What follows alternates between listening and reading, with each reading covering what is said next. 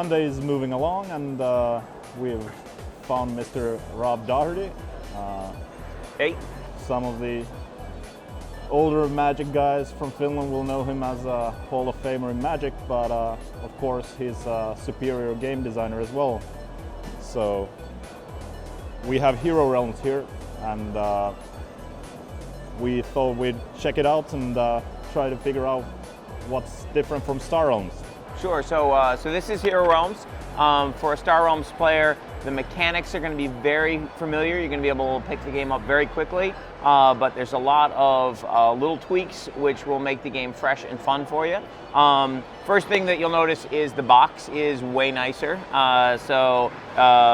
The Hero Realms comes in a nice box. All the cards for 4 players to play come in this one box for $19.99. And the box is much sturdier. For the game itself, you can play heads up. You can play multiplayer formats just like you can with Star Realms.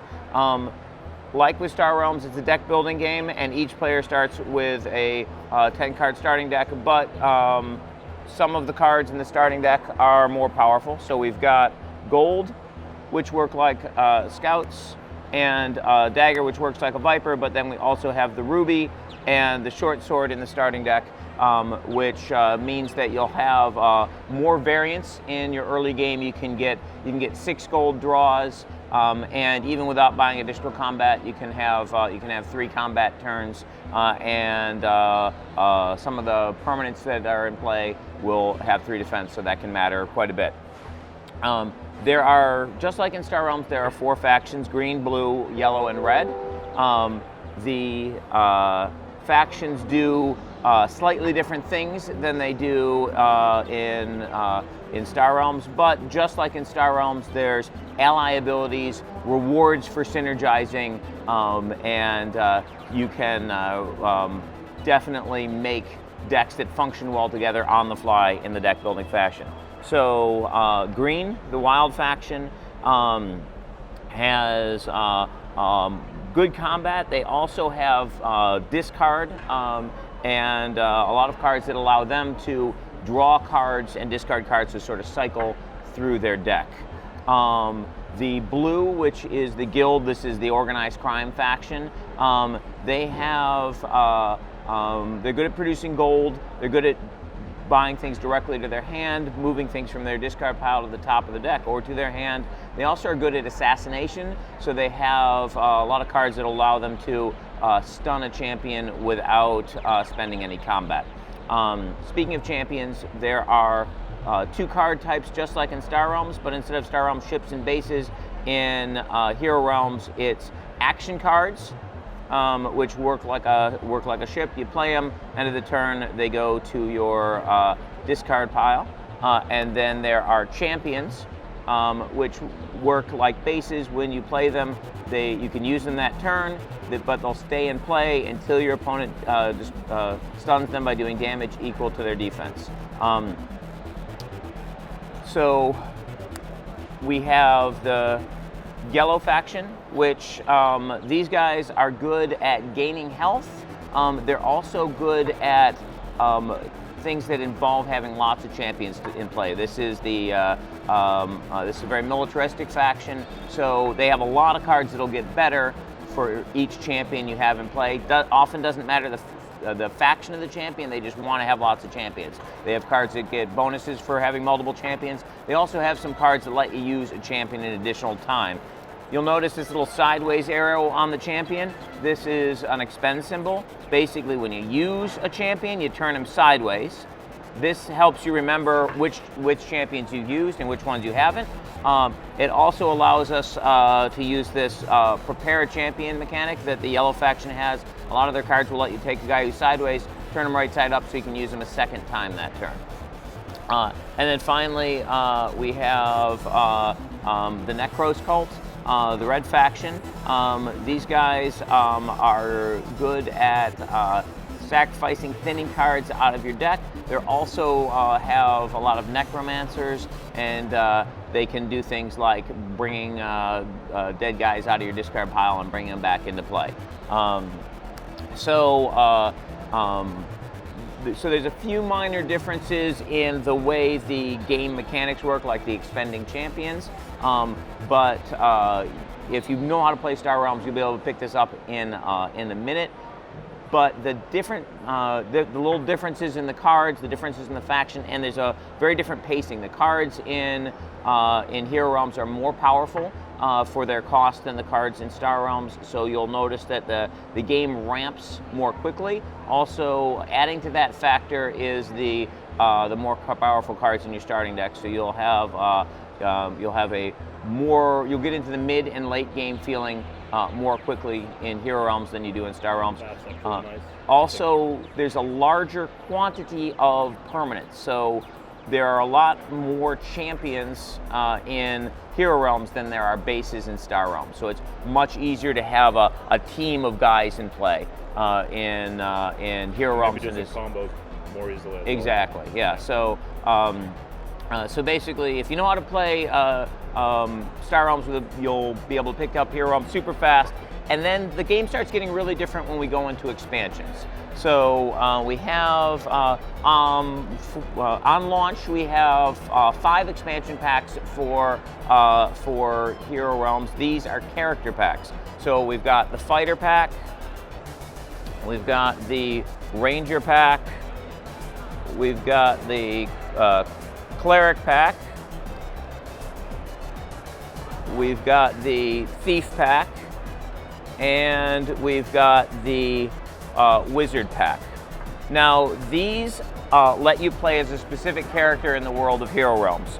So for example, if you're playing the Wizard, comes with the double-sided Wizard card, which shows your opponent which character you're playing. Also tells you your starting health score. Wizard starts with 50 health, Thief at 52, Cleric at 55, Ranger at 58, and Fighter at 60. So you have different amounts of starting health with each character.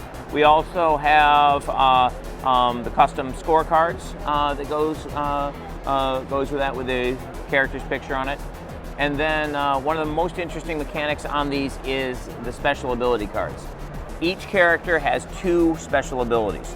One that they can use every turn, and one that they can use once a game. These special ability cards start in play in front of you, and you have them in front of you the whole game. They never get shuffled in your deck. They've got rules on the back so you won't accidentally shuffle them into your deck. So this is the Wizard's once per turn ability. It's got an expend symbol and the 2 gold there. That lets you know that to use this, you spend 2 gold and you turn it sideways. And what this allows the Wizard to do is lose 1 health and then draw a card. So any turn, the Wizard can pay 2 gold, lose 1 health, pick up a card. In the mid to late game, that can be extremely powerful. And then Fireball is the Wizard's major special ability. It's got a sacrifice symbol on it, so you'll only be able to use this once. And when you use the Fireball, you deal 4 damage to a player and every single champion they have. So this can be really devastating with the number of champions in the game. A player could have maybe like 4 champions out, so you'll do 4 damage to them, 4 to each of their champions. That'll stun a lot of champions on its own, and the ones that it doesn't stun, let's say they had a guy with 6 defense, all you have to do is 2 more damage to him, and that guy's going to be going to their discard pile. And then additionally, these character packs also have custom starting decks. So the Wizard has gold just like in a regular starting deck, but then he's got a lot of unique cards. So we've got 2 ignites. These are actions that do 2 damage. He's got the Fire Staff, which gives 1 combat when he plays it, and if you have 2 action cards in play, you get to draw a card. Now, you'll be picking up actions during the course of the game, so it'll get easier and easier to use that. But even in the beginning of the game, you can, if you draw your 2 ignites and your Fire Staff together, you'll get to draw a card.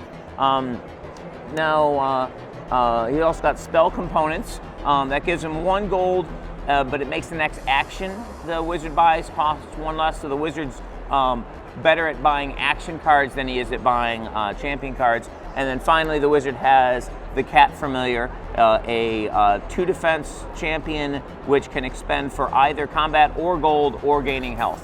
and that's right in his starting deck. So the starting decks for the characters are very different from the starting decks that come in the base game. They're more powerful, so if you're playing a character, you'll want to play against someone else who's playing a character. But they're a lot of fun. They changed the way the game plays, because like the fighter's very aggressive. He's got big combat cards. He's got a lot of health. It's hard to play a rush strategy against the fighter, and it's easy for the fighter to play a rush strategy against you. So if you find yourself matched up, say you're playing the wizard and you're fighting against the fighter, you're really going to want to think about defense. You want to think about health gaining cards. You want to think about defensive champions and stave off that rush attack. And conversely, if you're playing against the wizard with his ability to draw cards for health later in the game, things can get really nasty in the late game when you're playing against the wizard. So it's something to consider when you're playing. And each character has different things that they're good at. Now, so this is everything that's going to be available on launch: the base game and these character packs. But things will really start getting interesting early next year when we release the campaign starter deck. This will transform Hero Realms into a cooperative leveling deck building game. So basically, there'll be another box, which will be the campaign box. And when you play with that, you'll need to have the base game, and every player will need to have a character pack. Every player will choose a character they're playing, and you'll get together with your friends, and you're going to play together against the game. There'll be multiple missions in the campaign deck, and players will fight together against various monsters. There'll be various things you'll be trying to accomplish, and as you win missions, everyone will gain experience points. You might find treasure, magic items, which you'll have to distribute to people. And with your experience, you can buy new skills, new gear cards, which will actually change your starting deck. So over time, you'll be playing a more and more powerful character with your friends, adventuring together, taking on missions. So basically, it's like a combination between a role-playing game and a deck-building game melded together. And the characters you've been playing in campaign missions and building up experience, getting cool magic items and other items, you can take those and then play them in heads-up game in like arena-style combat with the characters you've been building up through your adventuring. So you can both play the heads-up style play and the cooperative campaigning adventuring play. That all sounds super cool. I mean, I always love when a really good idea is developed further and you've obviously taken the ball and run away with it. So. Yeah. Well, basically, when we wanted to do a fantasy version of Star Realms, one of the things we thought is, what does it mean to us to have a fantasy game? And it brings up thoughts of like the Tolkien books and adventuring parties and working together, it's a very different universe than the sci-fi Star Realms fleet combat universe. We wanted to take it in different directions with the expansions. Then we'll just get it at the end of the year. So thank you, Rob. Thank you.